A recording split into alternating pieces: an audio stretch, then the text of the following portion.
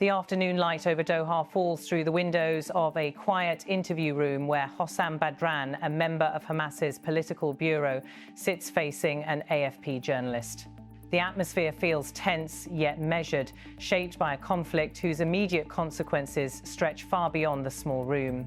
The camera moves closer to his expression, revealing a tired determination that reflects the long weeks of conflict, negotiation, and fragile ceasefire efforts. The discussion taking place here is not simply a political exchange. It is directly connected to events unfolding across Gaza, the West Bank, Jordan, Egypt, and every humanitarian route in between. As diplomatic messages move from Doha to Cairo, Tel Aviv, Amman, and Washington, the civilians trapped inside Gaza continue to await the most basic necessities: food, water, medicine, fuel items that decide life or death in the most literal sense.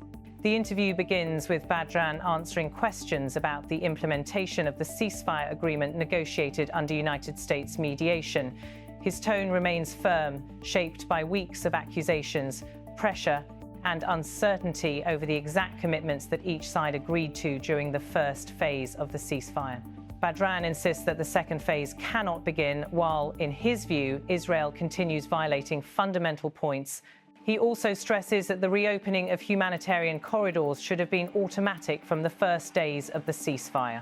The journalist listens carefully, knowing that international audiences are watching closely for explanations of what appears to be a confusing and constantly changing diplomatic situation. The camera closes gently on Badran's face as he states, "This is the natural situation, as I said, for every people living under occupation. But I would add here that this issue is no longer just a matter for Hamas. It has become a concern for all Palestinians." That's why, when we responded to Trump's plan, we said that many of the points included in the plan, and there are quite a few, are of national Palestinian concern.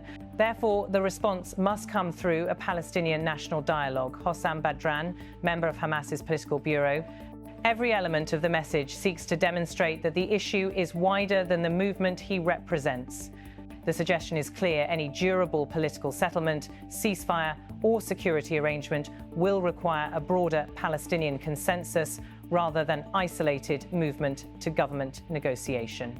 Each sentence reveals layers of political tension that remain unresolved, even while the guns fall quiet. In parallel, Israel has announced that it will reopen the Allenby crossing, the main humanitarian route controlled by Israel, through which aid from Jordan enters Palestinian territory. The crossing linking Jordan with the occupied West Bank had been closed since late September after a deadly incident involving a Jordanian driver who killed 2 Israeli soldiers at the border post. That attack led to retaliatory measures and the suspension of humanitarian passage at a moment when Gaza was experiencing one of its most intense humanitarian crises in recent memory. The Israeli statement now declares that trucks carrying humanitarian aid will be allowed to pass through toward Gaza, with the measure expected to come into effect immediately. The reopening of Allenby marks the first time since September that this strategically important corridor will move humanitarian supplies under Israeli supervision, a development that regional officials hope will ease shortages of food and medical equipment inside Gaza.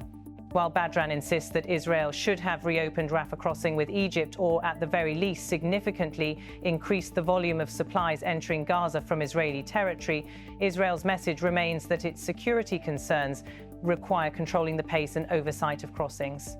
The broader question remains unresolved. Who controls the entry points, under what conditions, and with what international supervision?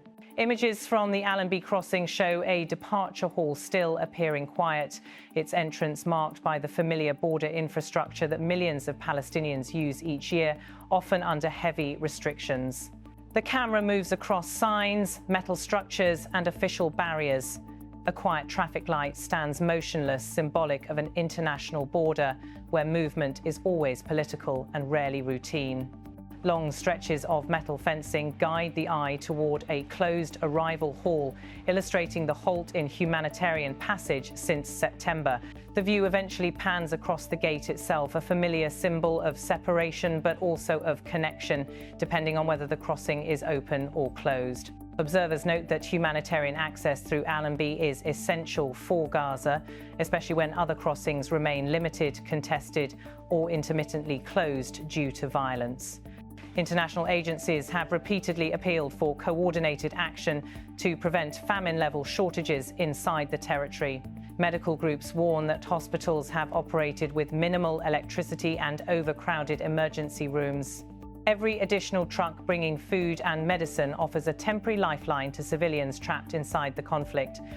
In Doha, Badran claims that Israel is not fulfilling its commitments, insisting that the terms agreed with US mediation should have required Israel to restore humanitarian access immediately.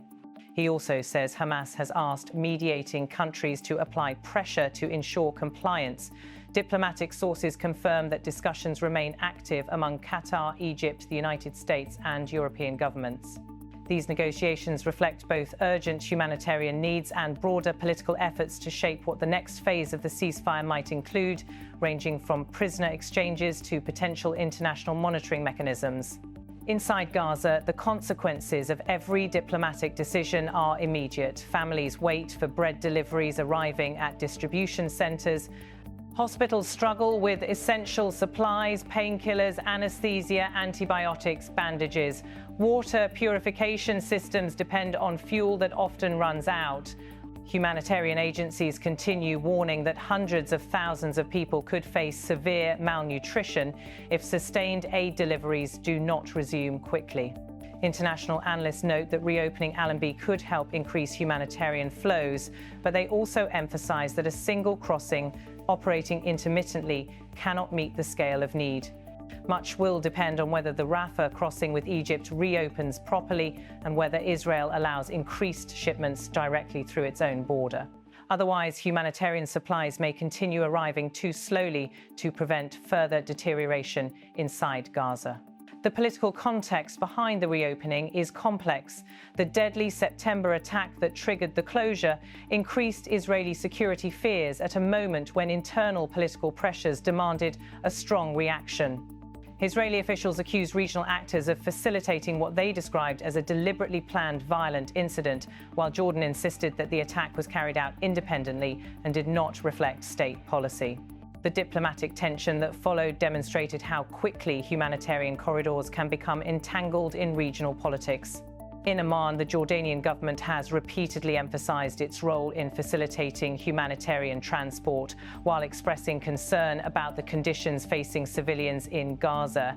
Jordan remains a key route both for aid and for communications between Palestinian representatives and international actors. Much of what is sent to Gaza, whether food, blankets, or medical tools, passes through Jordan before reaching Israeli supervised entry points. When the crossing reopens, trucks carrying aid will form long lines waiting for inspection procedures, which often take hours depending on Israeli security protocols.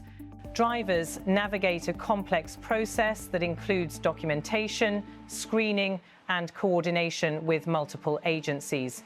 Even when routes are open, delays can stretch indefinitely. Humanitarian organizations say that a single day of bureaucratic slowdown can postpone deliveries urgently needed in Gaza's hospitals and shelters. As diplomatic negotiations continue, broader questions emerge regarding the long-term structure of crossings and humanitarian access. Analysts suggest that a sustainable arrangement may require international involvement, possibly under UN supervision or a multinational monitoring mechanism. Without a clear system, deliveries remain vulnerable to political escalation, sudden border closures, or security-driven restrictions that prevent supplies from reaching civilians consistently. Back in Doha, Badran frames the issue within a wider political strategy, emphasizing that Palestinian national dialogue remains essential. He implies that any lasting political arrangement must involve not only Hamas but also wider Palestinian institutions. His references to Trump's plan signal continuing friction around external attempts to define political solutions without unified Palestinian approval.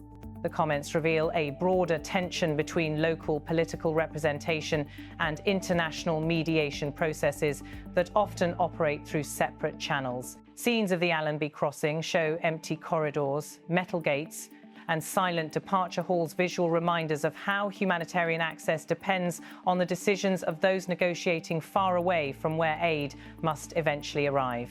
For viewers, these images reflect both the possibility of relief and the fragility of each step toward opening a corridor. A border that opens after months of closure marks a moment of diplomatic progress, yet uncertainty remains over how long such access will last. Inside the West Bank, residents have long experienced restrictions on movement through Allenby. For many Palestinians, the crossing represents access to the outside world: travel, medical visits, education, employment, or, in this case, critical humanitarian assistance for Gaza. Even outside periods of intense conflict, movement through Allenby involves strict controls. When a crisis unfolds, the consequences multiply dramatically. In Gaza, families monitor each announcement regarding crossings, trying to assess whether aid might reach their neighborhoods, schools, or temporary shelters.